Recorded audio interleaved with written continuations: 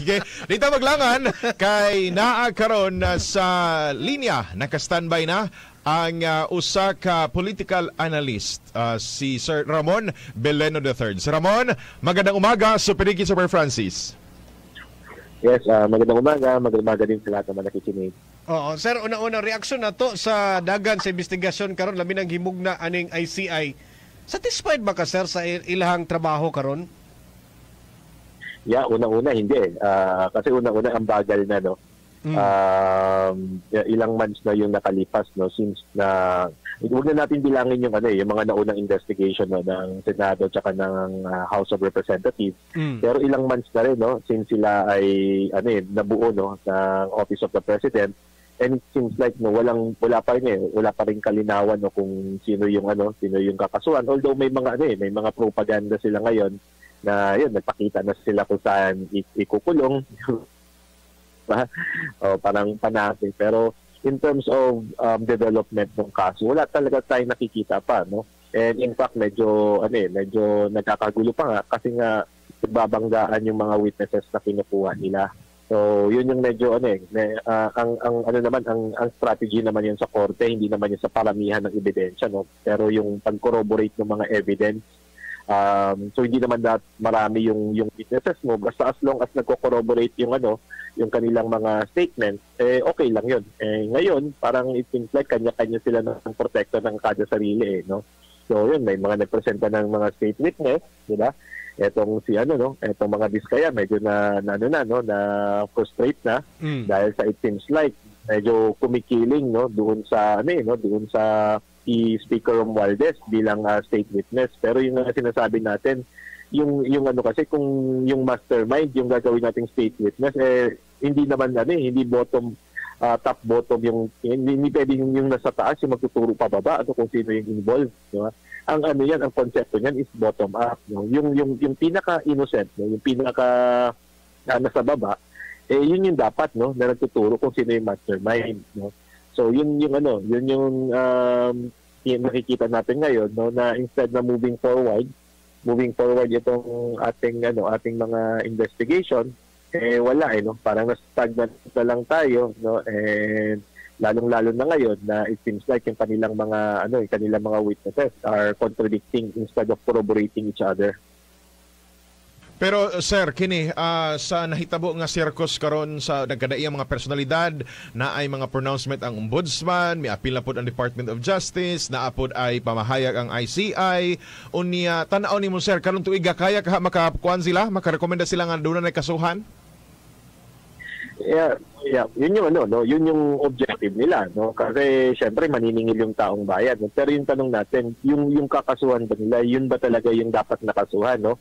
Kasi may marami tayong experiences, no, in the past na yun na nga na nagpa-file na lang tayo ng kaso, pero yung nangyayari is that nadi-dismiss lang din yung kaso, di ba? So nakita niyo yung nangyari sa kaso ni Bong Revilla, di ba? Ni Jinggoy, di ba? Na-dismiss lang yung mga kaso. Bakit? So, kasi nga, minadali nila yung pag-file ng kaso. Di ba? Pinail-file lang nila. Wala naman talagang malakas na ebidensya. So, dito, no, sabi mo dito, kahit na mag-file sila ng kaso, ang tanong natin, malakas ba yung ebidensya na ipa-file nila? Given, no, na hindi nagko-corroborate yung mga witnesses nila. So, alam naman natin na madali sana itong i-prove, di ba? Dahil since these are all government transactions, may paper trail ito. Diba? Alam naman natin na pag nag-transact tayo sa government, medyo matindi ang paper trail nito. Pero yung tanong natin, bakit wala silang napapakita? Bakit puro mga witnesses lang, puro mga testimony lang? Nasaan yung paper trail? So, yun yung medyo nakakagulat, no? Dahil sa it seems like, no, naunahan na sila ng ng mga persons involved, no? Tama yung sinabi ni na Mayor Magalong na naninira na sila ng mga ebidensya. So if that is the case, no, ano pang mangyayari sa mga susunod na investigation, no? At kung meron man silang kakasuhan, what's the probability na madidismiss lang din yung kaso given na puro lang testimony yung nakukuha nila sa ngayon? Oo. Any comment, sir, sa pahayag sa tuang Vice Presidente nga ang tinuod nga investigasyon murag nalihis mungod karon, no? mura baga ang investigasyon karon na sentro dito na pod sa past administration. Yeah, definitely. Yun na nga yung medyo yung medyo sabi ko nga nakakagulat kasi kung talagang binilisan lang nila the evidence is right in front of you. Nasa harap na nila yung ebidensya. So hindi ko maintindihan na nasa harap na nila yung ebidensya kasi ito current itong mga projects na to. So current na yung makikita na natin kung actual ba na lumabas, diba? Kung nag-ikot-ikot na kayong presidente, nag-ikot-ikot na si Secretary Dizon ng DPWH, nag-ikot-ikot na sina itong ICI, diba? So yun, clear evidence na yun, na ito. So hanapin na lang nila nasaan yung mga papeles niyan, sino pumirma niyan, sino contractor niyan, sino nag-bid niyan. Diba? Yun pinakamadali. Bakit pa sila magpakahirap na hahanapin pa nila yung mga previous pa? Ito na nga, nasa harap na. Itong nasa harap nila, hindi nga nila napoprosecute. Maghahanap pa sila ngayon ng historical na kaso. Diba? So, yun yung hindi natin maintindihan, na parang napupolitika na lang yung investigation dahil sa may ebidensya na sa harap mo, pero naghahanap ka pa ng ibang ebidensya just to point to other people na kasi ang tulad ng sinasabi natin before na halata talaga kung sino dapat yung kinakasuhan dito, but it seems like the administration is is desperate in protecting them. Pinoprotektahan na nila kaya nga nalilihis ng investigation na instead of moving forward paatras yung investigation kasi kung talagang totohanin nila at itutuloy nila, it will really point out to personalities na kasama dito sa administration. Pero sa napabay kuan sir, napabay ginatawag nga kredibilidad or moral ascendancy ang kining ICI sa pagkakaroon, ilabi pa nga dagkadaya mga partido sa mga panawagan nga usa ang uban nag-express pod og dismay over sa kining ICI silang ginakanda ka investigation. Yeah, actually ako diba right from the very start I was very consistent nasabi ko walang credibility yung ICI. Unang-una is that these are personalities with political colors. Pangalawa, diba, na hindi to independent dahil sa ang budget niya comes from the office of the president, diba? Sino ba yung mga gumagalaw sa paligid nila, Kaya nga yun na nga yung nakakagulat dahil sa it seems like yung DILG and DOJ together with the ombudsman ombudsman and DOJ one and the same person 'di ba parang iba yung iba na yung direction ng investigation. Ako sa umpisa pa lang sabi ko na dapat civil society yung mag-head niya civil society and then assisted by itong ating mga investigating agencies NBI, CIDG, pero meron silang talagang tunay na mandate. So itong ICI parang parang palabas na lang siya kasi unang-una wala naman silang powers, 'di ba? And in fact hindi sila pwedeng mag-file ng kaso. May recommendatory lang to sila. So if in case na may makuha silang ebidensya dito sa kanilang investigation, they can only recommend to DOJ to file the cases.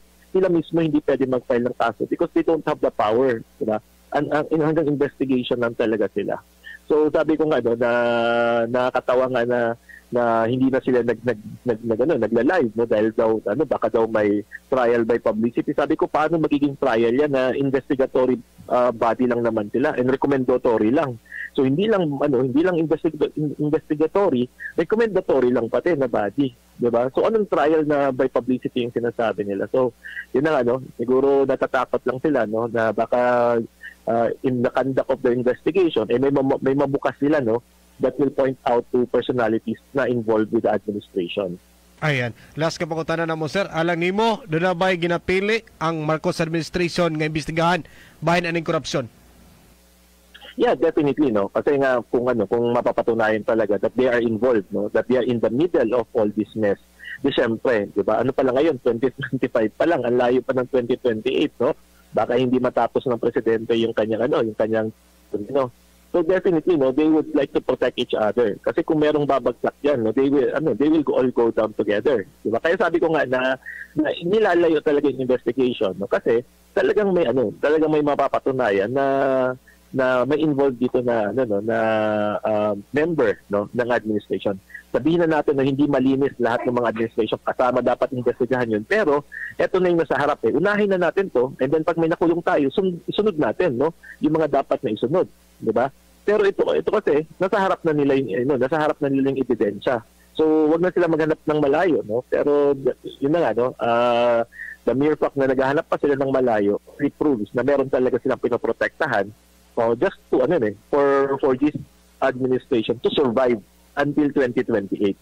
Ayan. In that note, Sir Ramon Bilino, sir, salamat kay si mo oras, sir, ug maayong adlaw si mo ha. Thank you, sir. Okay, maraming salamat, Mar Pargat. Stay safe pa tayo. Super Radio. One-on-one interview. Anong say mo?